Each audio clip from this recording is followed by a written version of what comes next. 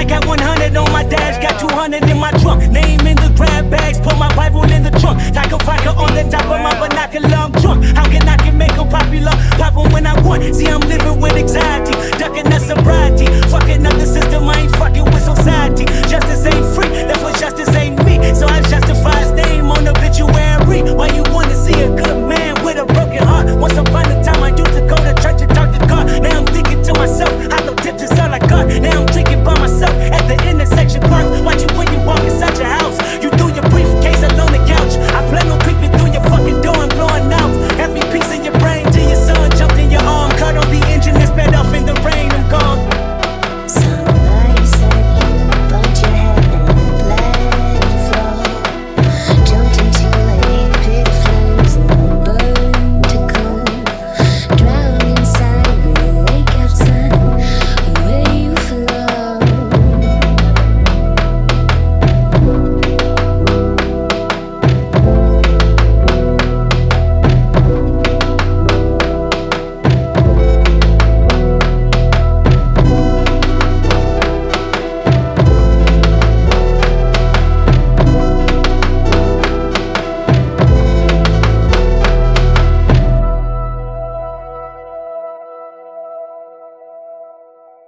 This is where the story really starts.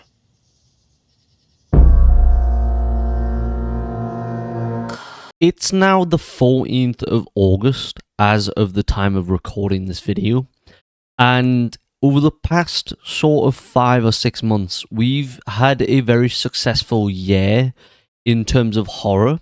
In terms of summer, we've also had a lot of success in terms of horror as well.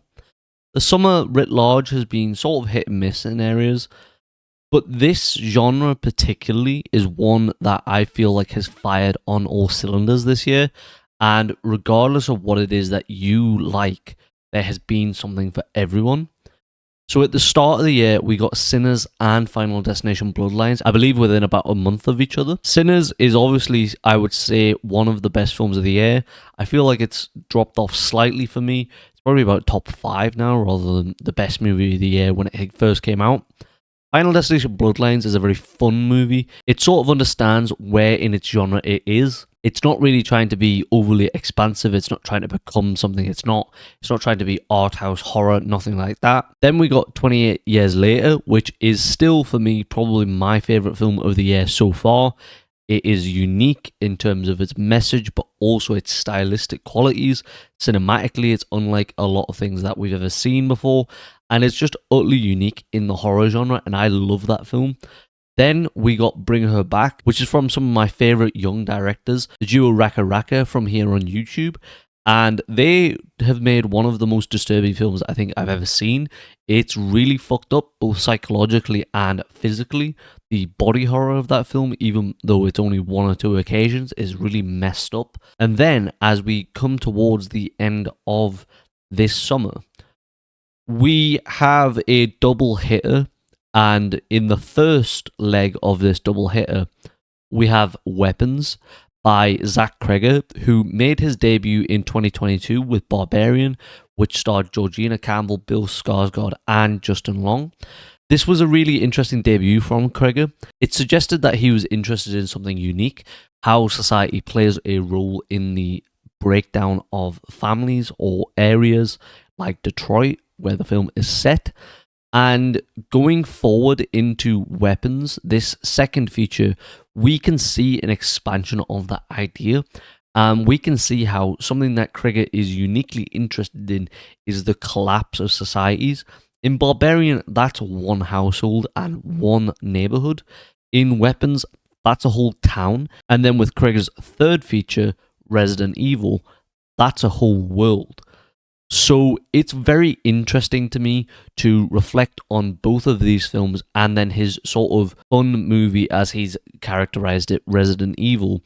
It's fun to reflect on Weapons and Barbarian to me in lieu of that fact. And what I think is a commonality between both Weapons and Barbarian is that there isn't really happy endings in Zach Cregger's films, what he's going for is something more realistic. He's going for the ending that most satisfies his story and that most satisfies societal collapse. And the sort of jigsaw pieces coming back together again, but they don't necessarily fit. Someone's been jamming those pieces together to try and make them fit. And then eventually when someone comes along and is able to see fully how they form, it doesn't really fit. There's sort of, if we're using the finger analogy, it sort of overlaps, something like this. And what I find really refreshing about Zach Cregger is that he's not entirely one way, in my opinion. He's not overly experimental like, let's say, Ari Aster or the Philippou brothers, but he's not entirely the other way, where he is a company man, which I would say is more like Sinners and Ryan Coogler, although that film also has some experimental elements in it too. I feel like we can describe Cregger as being the new David Fincher, in my opinion, which is that he's going for experimental films, but he's also a company man. He strikes me as someone who is interested in working within the Hollywood system, but wants to still have experimental ideas within his films. Now, Warner Brothers and New Line Cinema, full credit to them, they have marketed the shit out of Weapons and they've done very well. And the opening weekend for Weapons worldwide was very impressive. Double that $38 million budget. That's very good, and this is already a success. And apparently they're already in talks for a sequel and a prequel. So when we actually come to this film, I think it's important for me to say that my experience around this film is definitely tainted by elements outside of the film's control. For one, as I said, I feel like we're coming to the end of a very successful year for horror. And whilst I am very grateful for that as a lover of horror, on the other end, what I have to say is I'm starting to get slightly fatigued. 28 years later was at the start of the summer. Bring Her Back was last week here in the UK.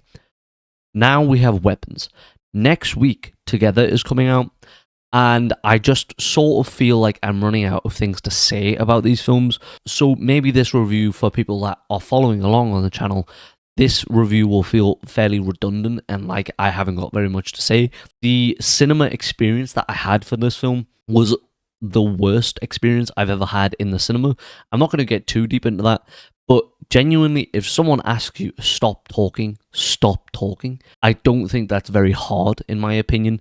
And ultimately, we are all there for a collective experience. But it is also important that you do not ruin someone else's individual experience. Putting all that aside, I still had a lot of fun with Weapons. In particular, one of the things that I think is really interesting and really experimental is how many big-time Hollywood directors do we see going for this vignette style that Cregger employs. The most notable example, of course, I would say is Pulp Fiction, and that was, 1992, 1993. It's not something that is employed very often, and even with Pulp Fiction, the vignettes in that film centers mainly around 3 or 4 characters. In this, you have an ensemble. It's 7 or 8, and it works very well narratively and message-wise. What Cregger is attempting to convey about society and the importance of togetherness, that's conveyed very well.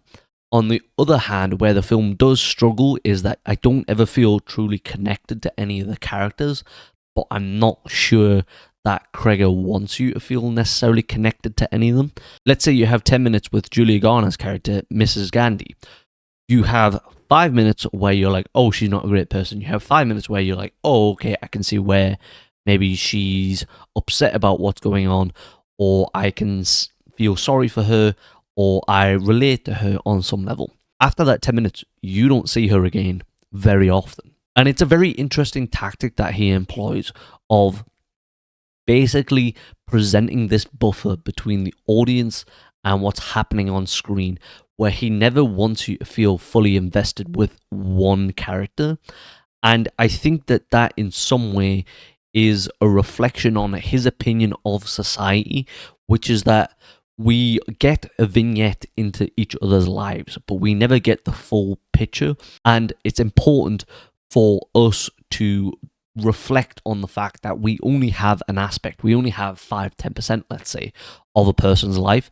We don't know what's going on necessarily with their family, their other friends, acquaintances, pets, animals, whatever else work. It's important that when we take all of that in and we go, okay, there's stuff I'm missing here, that we can feel sympathy for them, and there is an understanding by the end of this film that you cannot solve this mystery individually.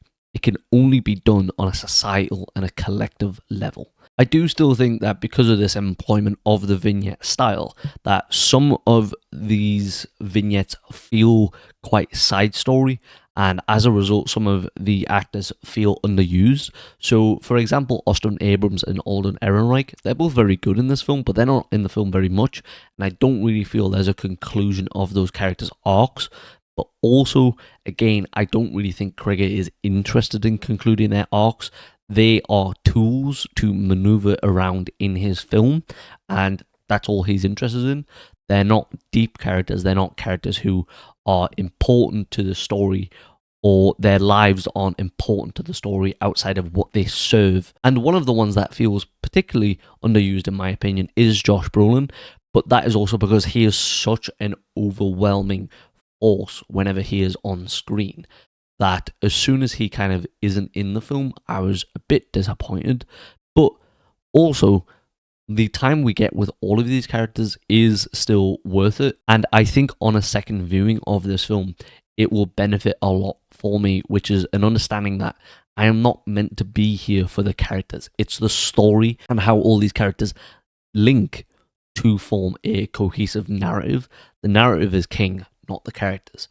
And that's very divisive, in my opinion, for Cregger to do. When lessons for directors and screenwriters all tell you people might come for the narrative, but they stay for the characters. And Cregger, in my opinion, kind of just throws that out the window and says, I don't care about that.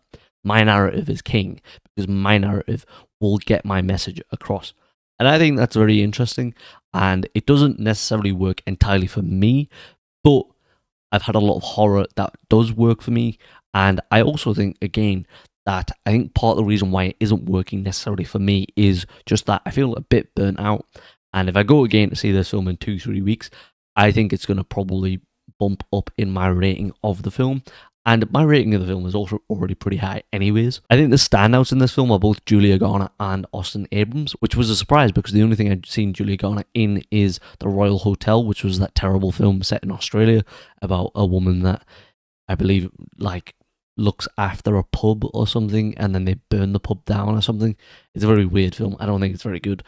Austin Abrams, I hadn't watched, I think, anything with him in it before, and he's very good. He's very fun in a film that needs a fun factor because a lot of it isn't. And then finally, I really like what I see from Cregger so far, that he has an idea of society. He has an interest in societal collapse, and he's not really deviating from that, in my opinion.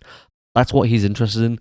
That's what he's going to pursue. And if you don't like it, he's not really interested in you either. And I think that's very fun. It's very refreshing.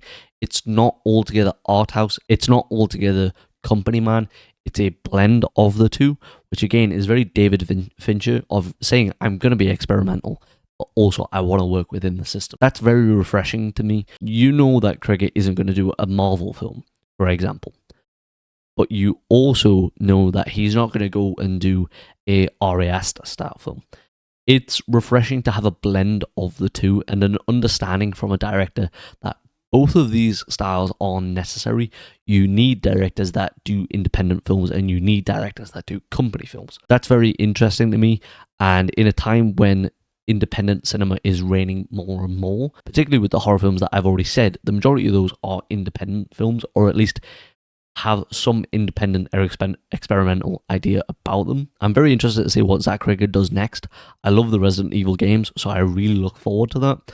And he isn't, in my opinion, on the same level as the Ari Aster horror films. He, in my opinion, isn't as good as the Philippou brothers, but that's a personal thing. And I think Sinners is probably still better, in my opinion. But this is great. I love this. And yeah, I love horror. So great. Give me more of this, even though I'm saying I'm burnt out.